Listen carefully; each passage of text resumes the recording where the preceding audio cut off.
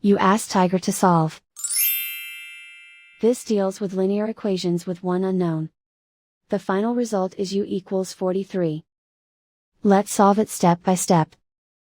Group all constants on the right side of the equation.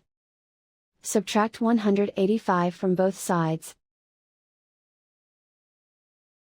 Group like terms. Simplify the arithmetic.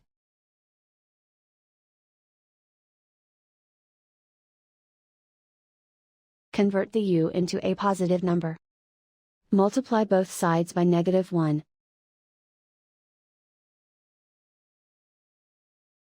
Remove the ones. Simplify the arithmetic. And so the final result is u equals 43.